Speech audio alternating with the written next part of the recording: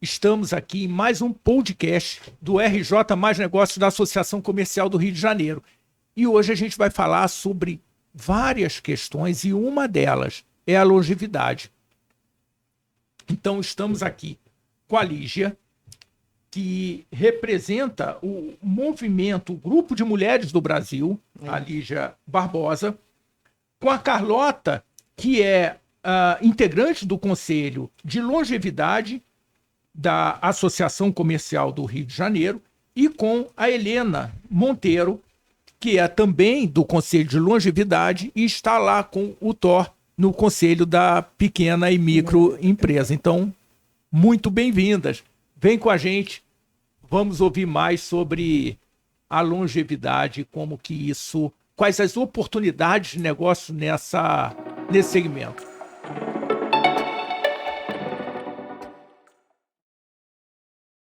Então, Lígia, conta pra gente da Mulheres do Brasil, como é que funciona, como é que acontece isso, como é que tem colaborado, o que você tem percebido de mudança pós a atuação das Mulheres do Brasil? Bom, vou começar aqui dizendo o que é o grupo, né? O grupo, nós são 122 mil mulheres que são divididos, nós temos 155 núcleos, cada cidade é um núcleo, e 42 desses núcleos são internacionais. Então tem Londres, tem Nova York, tem Paris, tem Vale de São Francisco, tem Flórida, já tem também Berlim, Düsseldorf, eu vou esquecer, não vou me lembrar de todos, mas tem. Foi um grupo formado, que foi criado a partir do encontro de 40 empresárias que foram capitaneadas pela Luísa Helena Trajano e que foram a Brasília para conversar com a presidente da República, na época Dilma, em busca de espaço para as mulheres nas várias áreas de atuação. E aí, quando voltaram a São Paulo, as mulheres, como são mulheres influentes, várias demandas apareceram na área de educação, na área de ajuda de violência contra mulheres. E não é um grupo beneficente. Esse é um grupo político apartidário. A gente não tem partido. O partido do grupo é o Brasil. Então, a gente realmente não tem bandeira partidária. A gente tem bandeira política. E esse ano, particularmente, temos... o grupo está no Pacto Social e a causa maior, primeira, é a violência contra a mulher. A gente tem uma luta, todos os núcleos têm que ter esse comitê de violência contra a mulher. Os demais comitês, depende de cada cidade, da demanda de cada lugar, porque o país é muito diverso e fora do país também a legislação é outra, sim, é diferente, então cada um se adapta à realidade local e com o tanto de braço também que tem, porque você sabe que trabalho voluntário é difícil para fazer, sim, né? E o grupo tem atuado em muitas áreas. A violência contra a mulher tem que existir e esse ano a gente tem a outra causa que é prioritária, que é o Pula para 50, que é um movimento para a gente dar apoio às mulheres que querem ser candidata à Câmara, Assembleia e tudo. Aí, juntamente com isso, a gente tem o movimento o grupo de longevidade. Temos o grupo, tem um de criança, inclusive, de jovens, né? Tem o Meninas do Brasil, quer dizer, até 25 anos, as meninas até 25 anos, a gente já tenta mudar a cultura, né? Para a gente fazendo. Então, a gente está fazendo um trabalho, eu acho que é interessante. É um grupo grande, tem também seus problemas, não é fácil para você estruturar e ter regra e que as regras sejam cumpridas, porque minimamente você tem que cumprir para ser orgânico, né?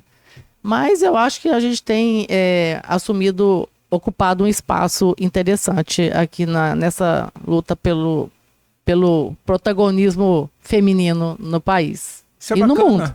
Isso é bacana. E eu acho interessante você organizar essa capacitação para quem quer representar essa categoria, esse segmento da sociedade representar adequadamente. Sabe que eu tenho conversado? A gente não deve escolher um candidato, aquele amigo do bairro, que é gente boa, que tu toma chopp, toma café, brinca. não é só ser o amigo do bairro, você tem que entender quais são os objetivos de vida daquela pessoa e a capacidade dele de cumprir as propostas. Porque a gente vê muitas vezes vir com uma lista de propostas, você fala, o que você entende disso? Minimamente, até que seja para gerir uma equipe. Não, ele não sabe, não fez primeiro grau, não sabe falar direito, conjugar verbo. Será que ele vai ser um player importante para transformar a educação no país? Não sei. Então, é uma avaliação que cada um de nós devemos fazer e parabenizo por essa ideia, esse movimento de capacitar. E já te digo, um segmento que eu atuo, que é o Sindicato de Ar-Condicionado, nós preparamos um curso para as meninas das favelas mexerem com sistemas de ar-condicionado. Maravilhoso, né? Maravilhoso. Só tinha homem lá. Então, trazer mais mulheres, né? Trazer mais mulheres, oportunizar. E elas podem simplesmente falar, não, tudo bem, eu nunca vou trabalhar com isso. Sim. Mas na empresa que eu vou trabalhar, eu minimamente conheço e sei tem uma agora chance. cobrar. Eu sei contratar, eu sei cobrar, eu sei como é que funciona. Então, é muito importante. Carlota, a longevidade, como é que funciona? Eu estava conversando com a Fabiana Bentes no outro dia e ela estava falando das calçadas, né? E nós temos as calçadas do Rio de Janeiro famosas no mundo inteiro. E como é que fica essa questão quando, de repente, você tem que olhar um olhar diferente, por um prisma diferente, quando você começa a falar de longevidade para esse passeio público?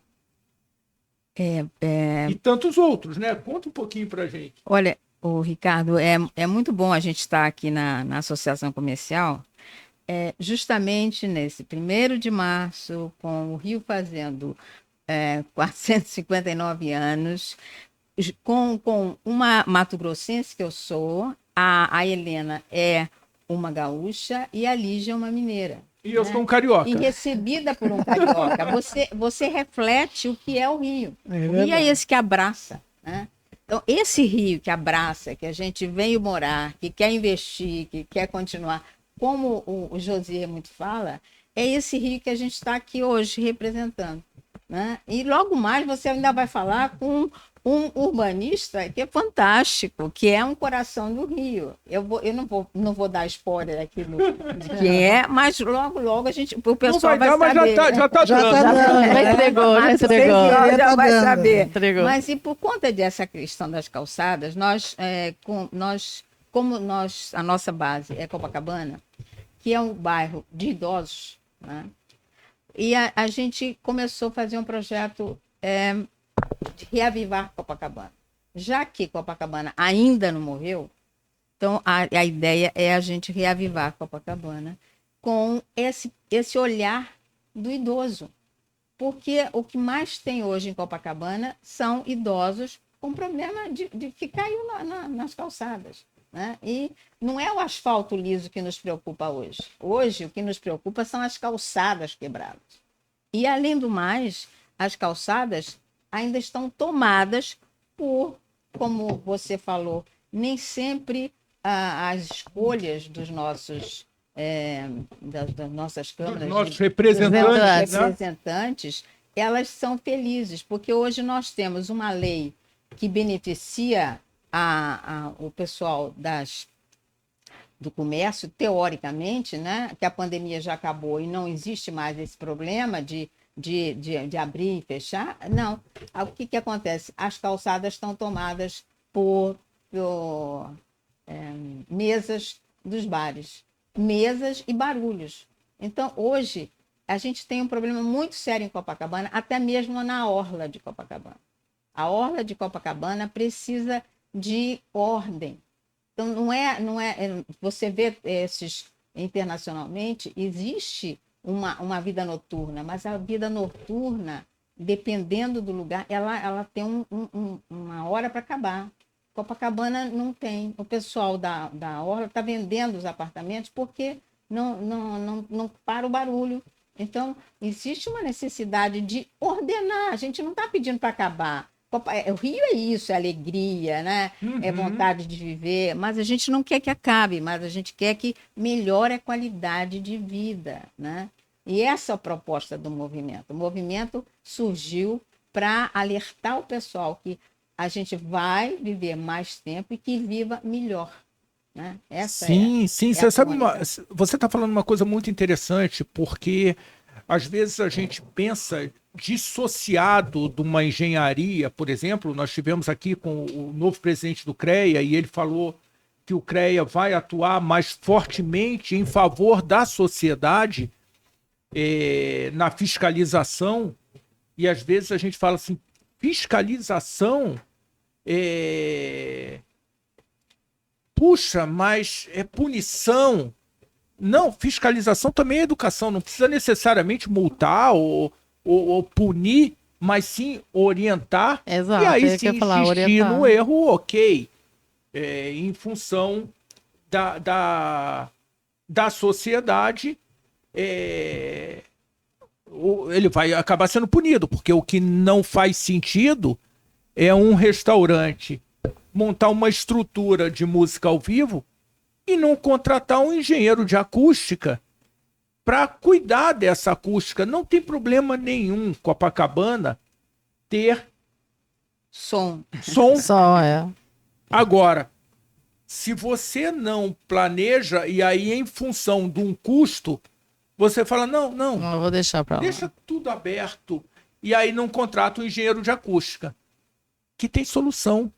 Só que na engenharia tem preço para tudo. E aí ele avalia, não, o meu restaurante, na posição que está, na condição que tem, com o caixa que eu tenho, a quantidade de dinheiro que eu tenho, eu não vou botar música ao vivo, porque eu vou acabar incomodando muito, vou gerar um transtorno aqui. Então, eu acho que é por aí, né? O que você acha? Eu estava escutando as duas, eu gostaria de fazer assim uns... Nas calçadas, eu tenho uma consultoria de recursos humanos há 17 anos. Eu abri minha consultoria quando eu fiz 50 anos. Então, eu agora tenho 67, então estou bem com a minha empresa. E eu sou pioneira na seleção de pessoas com deficiência. E eu trabalho também com seleção de executivos e de especialistas.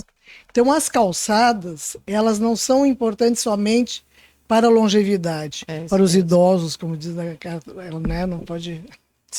Eu posso falar a terceira idade que ela não gosta. Mas para as pessoas com deficiência e para mães ou pais com criança em carrinho de bebê. Mas eu acho que essa legislação das calçadas, com essa pedra portuguesa... quando falaram esses dias de ser somente em locais turísticos, eu acho que seria interessante do que ter em todas as calçadas do Rio.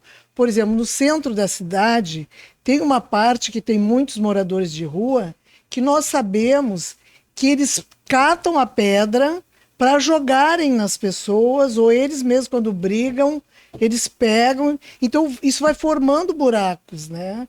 Então, eu vejo que essa questão da calçada, ela é importante não somente para a longevidade, mas para as pessoas com deficiência que têm problemas de locomoção, né, de mobilidade. E quanto à questão, né, das mulheres, gostei de saber, né, que o Grupo das Mulheres do Brasil está buscando fazer esse trabalho de trazer mais mulheres para a política. Sim. Eu participo de um partido político e nós estamos fazendo um trabalho forte no Brasil todo de trazermos mais mulheres para a política. Tanto que a nossa presidente do movimento de mulheres, né, no partido, ela está viajando pelo Brasil todo, fazendo palestras e falando da importância da mulher na política. Que bom. Porque nós somos 52% de eleitores. E mãe dos outros. Exato, e mãe dos outros tantos, né? Se somos 52%, por que que a bancada é eminentemente masculina?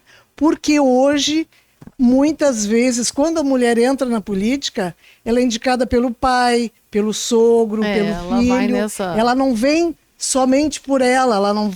Então, nós estamos trabalhando, nível Brasil, de conscientizarmos as mulheres da importância delas fazerem parte da política.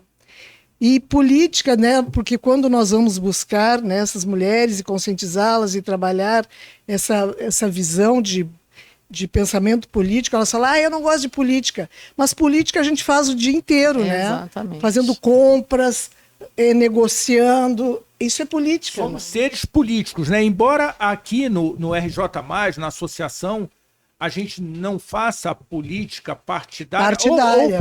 Ou fazemos. Não, a partidária dos negócios, do desenvolvimento, é essa política que a gente trata aqui. Eu acho que é muito importante essa capacitação, né? A Fundação Konrad Adenauer faz um trabalho muito bacana e é amplo, né? Ele fala com direita, com esquerda, com centro e capacita a turma. Essa parte... desculpa, pode... política é uma coisa ampla, né? Você faz em várias frentes, né? Uma é partidária, né? E a outra, as outras você faz no seu dia a dia. E eu trabalhei 32 anos no governo do Ministério da Fazenda. Aliás, eu cheguei lá, a gente para contar a idade, né? O Tesouro Nacional foi criado em março de 1986. Eu cheguei no Tesouro em maio de 86. Quer dizer, peguei a história inteira do Tesouro e mais outras várias mudanças, instituições que estão aí. Depois mudei em várias áreas dentro do Ministério, e uma coisa que eu quis fazer quando eu fui para o Grupo Mulheres do Brasil, porque eu nunca dei meu tempo de voluntariado, né? A gente contribui, mas como você não tem tempo também, porque trabalha o dia todo, tem menino, é mais complicado você dar o tempo, mas acha um tempo, é porque eu realmente não achei. Aí, quando eu me aposentei, eu resolvi dar meu tempo, e foi no Mulheres do Brasil que eu encontrei, assim, um espaço. E eu fui para o grupo de políticas públicas, porque o que eu pensei, o que é que eu posso contribuir com a minha experiência? Até então eu não era empresária. O que eu posso contribuir com a minha experiência? Olha, se você não é política, não vai se candidatar a nada. E se você não é funcionário público, como é que você contribui para a política pública? Você tem uma coisa que chama conselhos. Nos estados, eu fui do Conselho Nacional, eu era suplente do ministro da Fazenda em vários conselhos, do Conselho Curador do Fundo de Garantia, Conselho Nacional de Assistência Social, Conselho Nacional de Criança e do Adolescente, na Casa Civil tinha outros conselhos, tinha o Conselho de Comunidade Solidária. Então, esse locus é um locus, assim, que ao Mulheres do Brasil, ele é muito importante, porque ele é apartidário, né? Quem entra, se candidata para esse conselho, não tem que ter partido, não tem que ser funcionário público, tem que ter o pré-requisito, por exemplo. Você quer participar do de saúde? Tem lá os pré-requisitos. O de educação, o de idoso. E metade desse conselho, ele é paritário, é sociedade civil, e metade é governo. Então, ali você vê a política daquela área e a política, e o dinheiro para onde vai. Você vê o seu dinheiro, porque o Tesouro não tem dinheiro, gente. Nada. O dinheiro do Tesouro é de imposto ou é de dívida. Ou ele vem de título da dívida, ou ele tem imposto. É isso que é o dinheiro que o Tesouro tem. Então, as pessoas, para participarem, né, politicamente, o conselho é um locus que está aberto para quem quiser.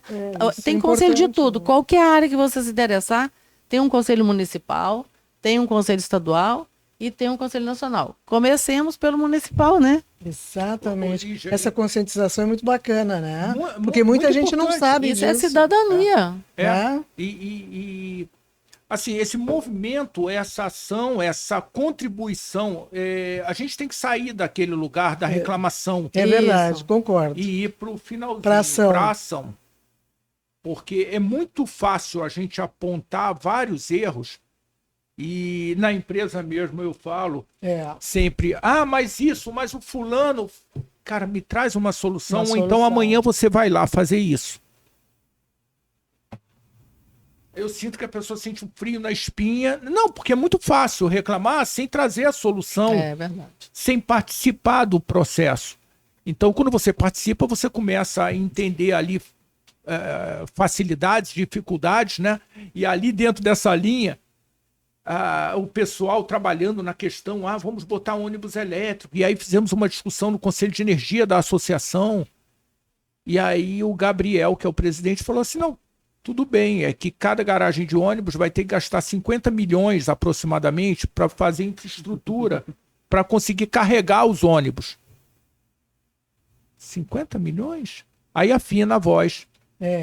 Porque aí Então, assim, vem para o jogo que aí você sai dessa posição de reclamar Confortável. ou de olhar só alguma informação e falar, que lindo, que ótimo, então vamos andar de ônibus elétrico.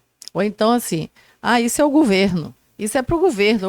O governo é você também, O governo é né? você também. Você É tem algum verdade, espaço, somos você nós. tem um Na espaço. eles são representantes nossos. Exatamente. É outra coisa que, É como diz que me você, fala mata assim, de o meu raiva. senador, o meu deputado, porque é meu, eu votei, Exato. ele me representa. Ele não é lá.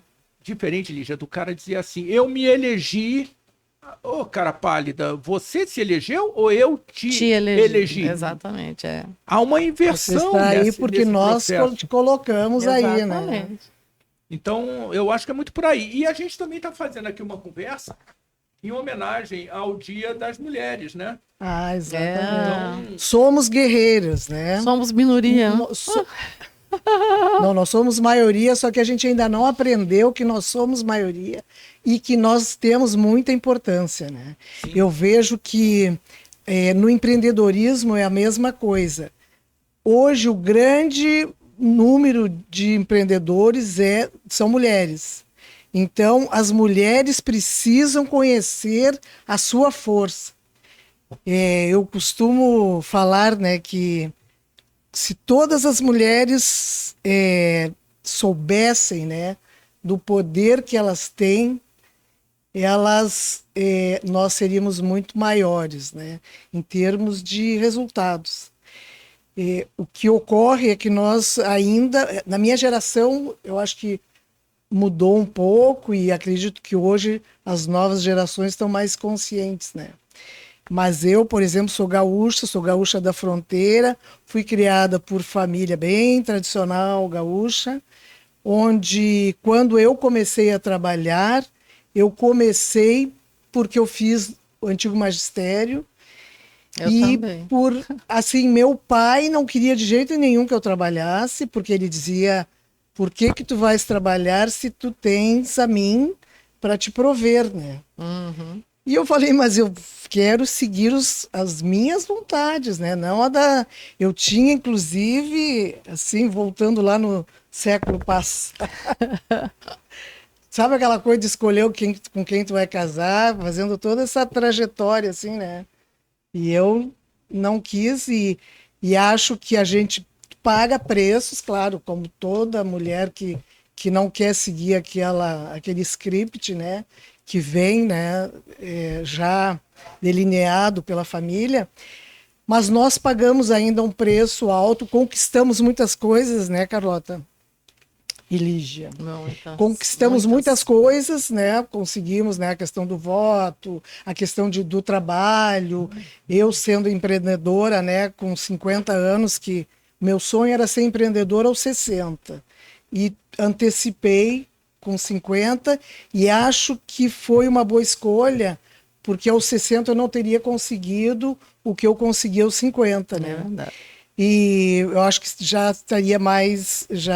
né? Não teria o gás que eu tinha aos 50, né? Porque, é como tu falaste, né? E o mundo também muda, né? O ambiente, o environment muda. Eu tendo empresas multinacionais desde o início, eu já atendia antes, né? Quando abri minha empresa, optei pelas multinacionais que eu já atendia. Então, quando eu comecei a trabalhar, eu abri a minha empresa, eu criei o escopo dela, eu comecei com entrevistas online, que eu fui pioneira nisso.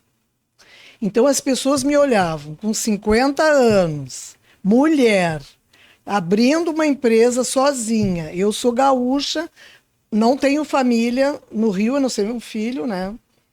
Então as pessoas... E era interessante o olhar, né? Porque eu trabalho com recursos humanos, então o mercado de recursos humanos, o mundo de RH, é eminentemente feminino. E as mulheres diziam assim, mas como fazer entrevista online? Eu falava, dá sim. E as empresas multinacionais me apoiavam porque isso já era feito lá fora. Mas aqui não. E quando eu optei por isso, e optei até por questões financeiras, que para mim era mais, Prático, mais né? viável, né, financeiramente, e as pessoas diziam, não, mas dá certo. E os meus clientes, né, as empresas multinacionais, super apoiando. E aí, o que aconteceu? O meu cliente passou a ser empresas multinacionais e as empresas nacionais com um narizinho meio torcido, assim, achando, vamos ver como é que vai ser, né? Quando chegou a pandemia, foi aquele rebuliço e Tudo online. todo mundo online, e eu já Você já estava lá. estava confortável há 15 anos fazendo isso. E eu falava, gente, dá certo. Aí o pessoal, Helena, agora que eu vejo que realmente... Porque, claro, tu tem uma etapa que tu faz online, depois tu faz presencial. Mas o que eu falando assim, ó, sobre os desafios, porque hoje a mulher tem a questão da família também. Porque Sempre ela terá, eu não acho. terceiriza, né? Ela não terceiriza a gestão da família, a gestão da casa. Então, isso ainda é, mesmo que o parceiro dela seja um colaborador, seja parceirão mesmo, meio a meio, ainda ela assume como responsabilidade dela, né?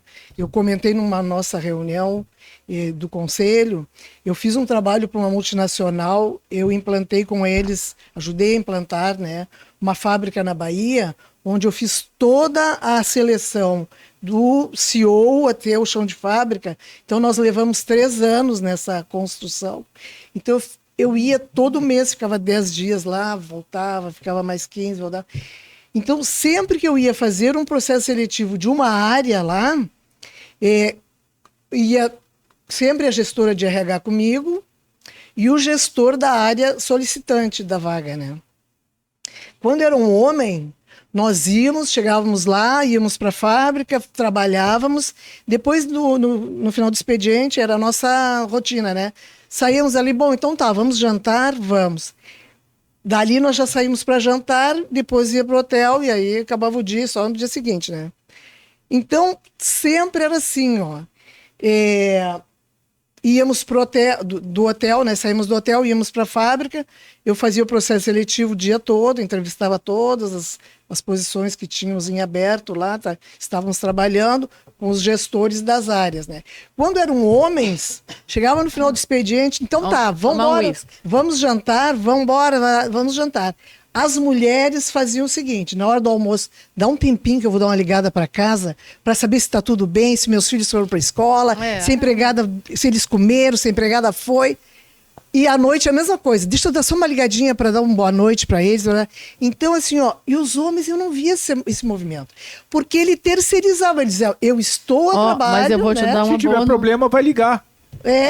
Exatamente. Mas tá certo. Isso eu acho que é um aprendizado, sabia? Que a gente também tem que ter aí com a turma masculina. E tem uma notícia, assim, uma notícia boa, né? Para as mulheres hoje, que nós, do Mulheres do Brasil, e aí fizemos uma coalizão com elas, Pedem Vista, e uma coalizão de... Agora eu já nem sei mais quantos coletivos tem, chama Copai. Tá no Instagram, quem quiser acompanhar, vocês podiam... também apoiar a licença paternidade está para ser regulamentada desde a Constituição de 88. Tá? Até hoje está nos 5 dias, nunca foi regulamentada, porque nunca é prioridade. E aí o Supremo, foi para o Supremo esse assunto, ele mandou de volta para o Congresso e decidiu que em 180 dias o Congresso tem, em dezembro isso, para aprovar. Então tá, regulamentar. Vão regulamentar agora e caso não regulamentem, ela vai automaticamente equiparar com a licença maternidade.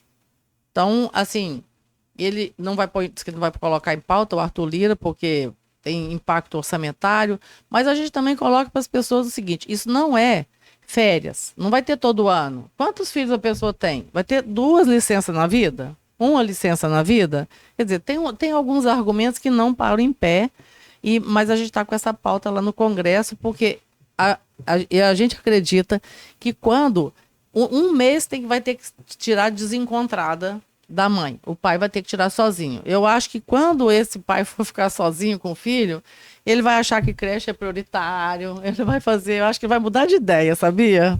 É possível. É possível. Porque tem assuntos complementares, eu acho, Não né? é? Porque quando o filho fica doente, ele chama pela mãe, né? Isso é. Mas se o não pai adianta estiver que lá, o ele vai pai seja- aprender. Mas por mais que o pai Não, mas seja vai. presente, né? Mas eu tenho um irmão que é um pai, ele é um paizão. Minha cunhada sempre diz, ó, chama seu pai. E é assim. A nossa sociedade, ela vai se ajustando Com certeza. a isso tudo. E eu queria ouvir de vocês como que vocês veem, seja na longevidade, seja em mulheres, oportunidades de negócio. Onde estão as oportunidades de negócio? Quais são essas Todo lugar. oportunidades de negócio? Ricardo, o movimento tem vários pilares, né? E as oportunidades de negócio para a longevidade, elas começam na saúde, porque você o coração da longevidade. Se você começa a se cuidar desde cedo, você vai ter uma vida longa. Hoje a quantidade de centenários é imensa. O Copacabana tem muitos centenários, né? E já é de um período que o pessoal não pensava em longevidade. Só que, como é um bairro à beira-mar, quer dizer, as pessoas fazem exercício, se cuidam, né? Então, isso é natural. Essa é Então, uma vantagem uma vantagem do Rio de Janeiro, a vantagem do Rio é essa, né? Então, só ali, num bairro, você tem N oportunidades de negócio, né? Então, nós temos, na saúde, a gente tem toda uma área de bem-estar, de saúde e bem-estar, que o próprio SESC está sempre à frente e faz muito trabalho nessa área.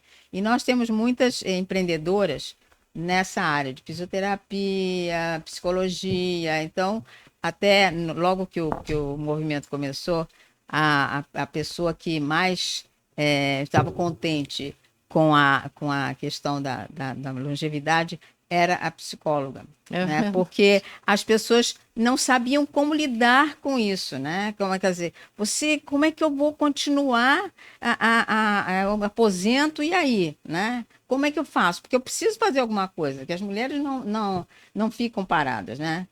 A Helena estava falando da vida dela, gente. Eu sou engenheira de uma época que engenharia era profissão de homem. Então eu vim de Mato Grosso para o Rio de Janeiro, que era vai para o Rio de Janeiro, filha única, para fazer engenharia no Rio de Janeiro. Completamente atípico. E fui a única da minha turma, a única engenharia. Era ótimo, porque todos os meninos eram meus irmãos, né? Então todo mundo não pode tocar Tinha um monte de proteção, né? Proteção. Então foi fantástico. Hoje eu não sei, né, como é que fica a mulher na engenharia. Mas, minha filha fez engenharia mecânica. Eu queria fazer mecânica. Eu fiz civil, mas eu entrei para fazer mecânica. Aí foi era muito para meus pais. Gente, eu já estou aqui, vou fazer civil, vou fazer uma coisa que eu possa retornar para Mato Grosso, que a turma de Mato Grosso que vinha estudar no Rio, geralmente era para voltar para Mato Grosso. Ninguém voltou, mas a ideia era voltar. Sempre. Cidade Ninguém pequena, voltou. sim. Mas eu acho que é isso. Quer dizer, a gente tem oportunidades que o mundo agora é o outro, o mundo é digital. O movimento, a gente faz um evento por ano, que é em abril. Na última semana de abril, é o aniversário do Movimento Longevidade Brasil. Nesse fórum, a gente procura identificar um tema que as pessoas possam se aproveitar daquele dia para se atualizar e ir em frente, né? Então, graças a Deus, a gente tem conseguido fazer isso bem. Esse ano vai ser o G20, quer dizer, o Rio, capital do G20 e da Longevidade Brasil. Então, a gente está fazendo, e até aproveito para fazer já um convite, porque é uma oportunidade ótima. E aqui a associação já começou a fazer debates em torno do G20, até para a gente conhecer todos os grupos do G20, né? Então a gente procurou fazer uma análise dos grupos e ver como encaixar com os nossos pilares para poder fazer a discussão. Então tá muito interessante isso. E eu acho que a gente, com isso, estimula essas oportunidades. As pessoas começam a enxergar novos horizontes. Posso dar uma ideia, Tem então? que ter Pode, referência. lógico. A gente estava falando de calçadas e essas calçadas, o passeio tem sido uma discussão em vários fóruns dentro da associação comercial. E eu acho que tem espaço para monitoramento dessas calçadas. Verdade. Será que não tem alguma pessoa que circule mais pela cidade e comece a apontar quais são as ruas caminháveis e as não? No outro dia, eu em Copacabana, fui num restaurante na praia, saí do restaurante. Quando eu saí, eu tropecei na calçada. Não foi bem um tropeção, mas... E aí eu correndo, fui olhar para trás, que eu tropecei? Será que eu tô de perna bamba, né? Como diz a... E aí foi um calombo na calçada. E o calceteiro é impossível. Eu não consigo entender como é que cedeu daquela forma. Para mim, ele montou ali a calçada daquele jeito. Diz que A difícil discussão, conseguir. a responsabilidade da calçada é do imóvel à frente dessa Aham. calçada. Sim. Exato. Inclusive gera multa se não tiver em Então, condições, né? mas aí vai Quem que vai mudar? o utility A da prefeitura. cidade, as utilidades da cidade não vão tem lá, fiscal desmontam pra a cidade calçada, inteira. que é a sua responsabilidade, o calceteiro põe do jeito que ele quer, porque ele quer entregar o serviço rapidinho, falou, tá coberto, doutor, lá resolvido, rua tal, rua tal, rua tal, ele vai lá, recebe o pedaço da fatura dele e pronto. E aí você sai na sua porta do seu estabelecimento comercial ou do seu prédio, olha, eita, e agora? Não, e agora você conserta que a responsabilidade é sua. Ué, será que não tem oportunidade de negócio para alguém avaliar quais são as ruas transitáveis ou as ruas que estão 100% de acordo? Talvez exista. Hoje a gente está no mundo digital e um aplicativo ele faz a propaganda ali. O Google não vê tudo. É de né? graça Né? e você Mas tem faz que ali a atualizar. propaganda da padaria, do não sei do que, naquelas ruas que são entendidas como adequadas. Mas, olha, isso é interessante.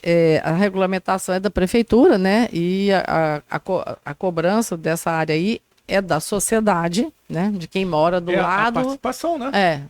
Se você ligar lá para a prefeitura, tem um 0800, não sei o que, é o que eu sempre digo. 1746 no Rio. Se você ligar dizendo que a sua lâmpada está queimada, até que alguém descubra, pode demorar muito mais do que se você ligar. Não custa, né? E essa parte da gente também ver o que tem de bom, o que tem de ruim. Eu acabei virando empreendedora depois que eu me aposentei, fui para Mulheres do Brasil, e lá na minha cidade, eu sou do interior de Minas, de uma cidade que chama Monte Carmelo, que tem café certificado, café do Cerrado. Eu estava conversando com a vizinha sua aqui, que tem coisa do café, e nós fizemos um empreendimento, um loteamento. E aí você tem regras para construir. E eles fazem o cimento, tem aquela coisa de rodar, eu não sei o nome daquela... Betônia. De rodar, né? Uma pequena para casa, mas a pessoa faz cimento em cima do asfalto. O asfalto, eu até falei para o secretário de obras, falei, se eu soubesse que a rua ia ser cimentada, a gente não teria feito um asfalto. Porque é muito caro. Então, aqui no Rio, no caso das calçadas, elas tinha que ser assim, uma parceria, né? O público, os idosos, e com o 1746. A gente ligar. É interessante que esse 1746, ele está... Como ação, né, que eu tô falando. Ele tá realmente assoberbado com tanta reclamação que tem. Que bom, né? Alguma coisa tem que ser feita. O projeto Reavivar Copacabana, que a gente está convidando os empresários, porque se o bairro vai bem, o comércio os negócios melhora, também, melhor a ainda. probabilidade é maior. Então, o projeto ele é feito a partir da escuta ativa dos moradores. Então, a pessoa a professora que acabou de desenvolver a tese em cima do projeto vai apresentar o projeto no fórum. E agora a gente pode falar das possibilidades que a gente tem em Copacabana. Porque, na realidade, existe essa preocupação, existe reclamação, mas não fica registrado. Não tem ação nenhum. também, Então, né? eu acho que, de repente, a gente faz uns tipo time de escoteiro. Aham. Os idosos podem fazer isso. Se eles não adianta só reclamar, eles querem É verdade, é uma oportunidade de contribuir. É boa, porque né? Então, Como são muitos, tem força, né? Uma oportunidade. tem bastante Vamos tempo, né? Vamos pra- estimular aqui que Isso, haja um aplicativo para além desse 1746. O ideal é que tivesse, e eu acho que também esse tipo de informação ela deve ser pública. Quem sabe até um monitoramento do 1746 para que a população consiga contribuir de uma forma mais efetiva, né? Exato. Meninas, vamos para as considerações finais? Antes, eu gostaria só de te pedir, assim, ó, como eu trabalho com consultoria de recursos humanos, uma coisa que eu venho também lutando bastante, além da inclusão da pessoa com deficiência, que eu já faço desde 2007, é a inclusão do 40 a mais no mercado de trabalho. Porque hoje ainda 40 anos é considerado idade, nos meus processos seletivos, 50 anos a pessoa... Tá fora. Eu sou, inclusive, bem de acordo com isso, que foi por isso que eu abri minha empresa aos 50 anos, porque eu vi que eu não teria mais vida útil no mercado de trabalho a partir dos 50 anos. Então, aí eu abri minha empresa, né? Mas eu dei sorte de ter uma veia empreendedora. Mas nem todo mundo tem essa veia empreendedora, né? Então, eu acho importante a gente conscientizar as empresas que fazer essa mescla de teenagers, né, com pessoas de mais idade, que tem mais maturidade, tem um ritmo diferente de avaliação, de percepção. Eu acho que fazendo porque o jovem ele vem com aquele vigor e aquela rapidez, né? Então, a pessoa com mais idade, com mais experiência, na verdade, ela vai ter uma reflexão olhar, né? maior, um tempo, né, de maturidade, de avaliação e tal.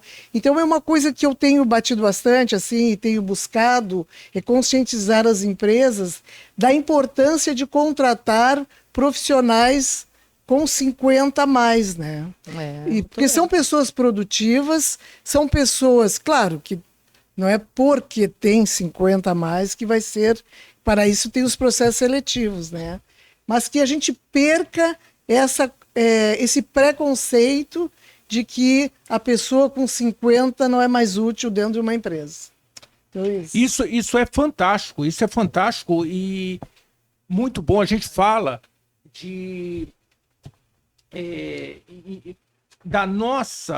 do legado que a gente deixa, né? Empresas de impacto.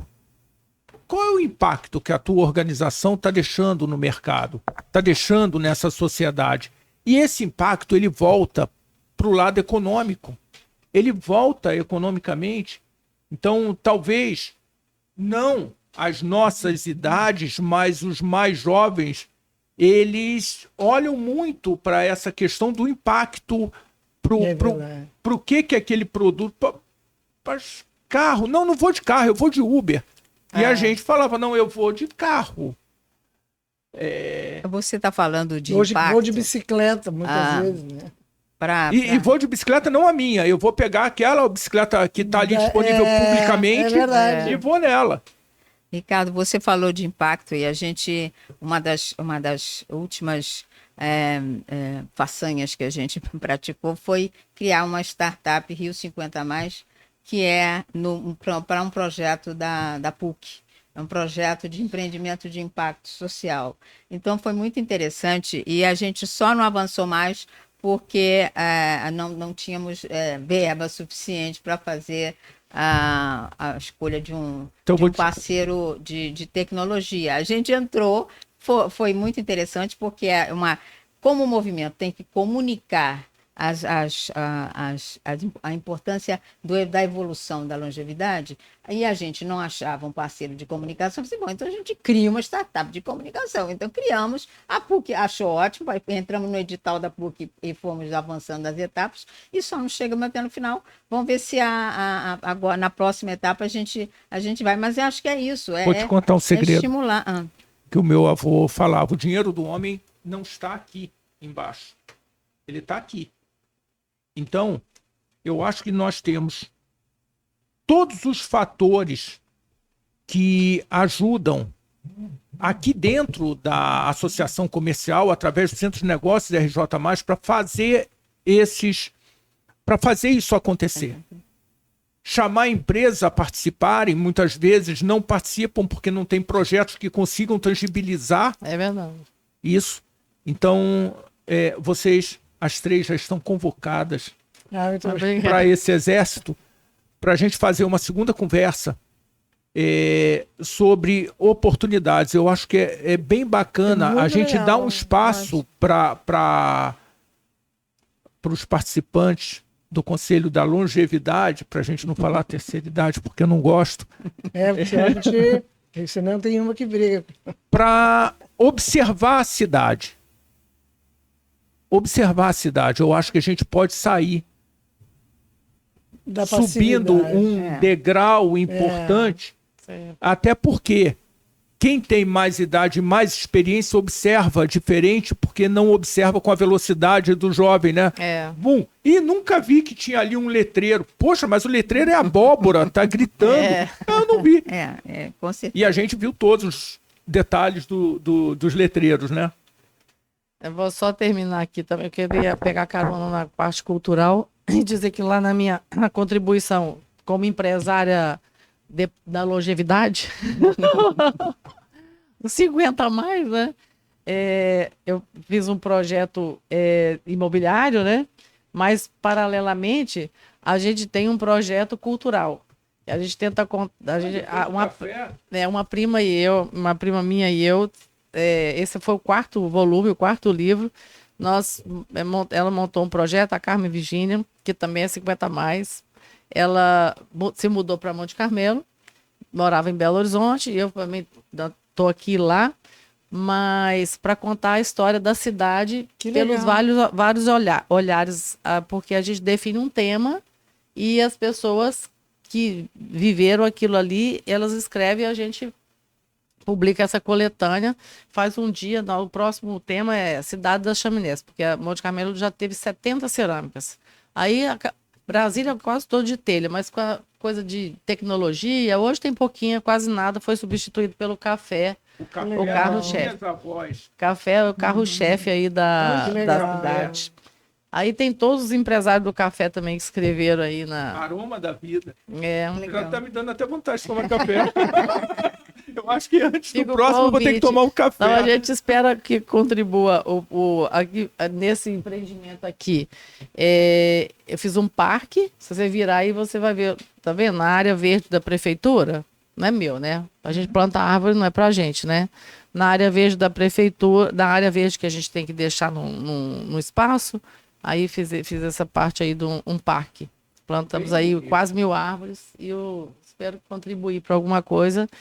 E aqui no Rio, espero contribuir mais ainda, porque eu acho que é uma cidade muito boa para o idoso. Plana, fácil fácil locomoção, igual Copacabana, como a Carlota disse, tem tudo perto, né? Você tem tudo que você precisa à sua volta para viver. E isso é E gente para comunicar também, né? Porque você não fica isolado. Copacabana você não fica isolado. Você desce, tem um bar, um café, você tem uma livraria, você tem aí, que é fundamental para quem vai, se aposenta, porque a gente arrumou esses trabalhos, mas e quem não está trabalhando? Tem que estimular. Então, uma coisa que é importante também, eu acho que eu tenho falado muito com a Carlota, é que eu acho que a gente tem que estimular os empreendedores e empresários no Rio a construir moradias para 50 a mais, ou 60 a mais e tal. Não casa de saúde, não Não, Prédios. não lar do idoso, mas moradias compartilhadas, por exemplo, de tipo vilas, onde cada um tem a sua casa, mas tem uma área comum. Então, se tu quiser ficar isolado, tu fica na tua casa. Excelente, oportunidade de negócio. Não é? Oportunidade de negócio. Um amigo estava falando sobre estruturas que são feitas na Flórida, excelentes. E a pessoa falou, eu não tinha nem 50 e resolvi Claro. morar ali, porque era um ambiente, tinha lá o meu campo de golfe, tinha uma estrutura favorável. Exatamente. Porque antigamente a pessoa a idosa, ela morava com os filhos, ela sempre Isso. ficava com os filhos, com as noras e tal, né? Hoje, ela optou por continuar morando sozinha. Então, muitas vezes, por exemplo, no meu prédio, a maioria mora sozinha lá. O meu também. Então, se tens um espaço comum, né, uma área De convivência. de convivência que te ajude, né? E eu acho que seria bem interessante, porque hoje cada um vive dentro do seu apartamento e tem a sua vida, né? Aí é ruim, né? Vamos combinar que é muito melhor quando você tem a Helena alternativa. fala, você vê que a fala da Helena é aquela da cidade, né? Do interior, que você tem as casas, Estados Unidos também, a coisa é essa, você tem as casas e faz tipo uma vila. Só que a gente está no Rio, e Rio é Prédio. estrutura vertical. Então, o que a gente está discutindo e vai discutir no fórum é a moradia 50+, como uma estrutura vertical que pode você ter serviço, pode ter área de convivência, pode ter o seu apartamento, e não é só jovem. O Rio está fazendo isso para estudante. tipo República de Para Estudantes. estudante Por que lá. não fazer isso para conexão de gerações? Porque só o velho não é possível. Porque aí parece um residencial de idoso. Não é isso que a gente quer. A gente quer uma moradia 50+. Quer dizer, são facilidades para você. Eu quero arrebentou a pia do banheiro. Então eu quero chegar para Ligar pro concierge e falar: oi, meu banheiro está com problema. Vou à praia e ótimo. Aí ele manda consertar. Vai consertar. Né? Então, você que assiste a gente, você que está assistindo a gente, que é investidor, que é empresário, aqui borbulha oportunidade de negócio a todo tempo. Vem para cá, vem para esse time, vai lá, se inscreve no canal, aperta o sininho, participa conosco. Vem para esse time, porque tem gente muito boa aqui. Junte-se a essa tropa para a gente fazer essa transformação mais rápido, melhorando o ambiente de negócio no Rio de Janeiro e do Brasil através do Rio de Janeiro. Obrigado, meninas. Muito Obrigada a obrigada. você. Muito obrigada. Ótimo, foi ótimo. Obrigada. Obrigada pela oportunidade. Foi ótimo. Ótimo. Gostei.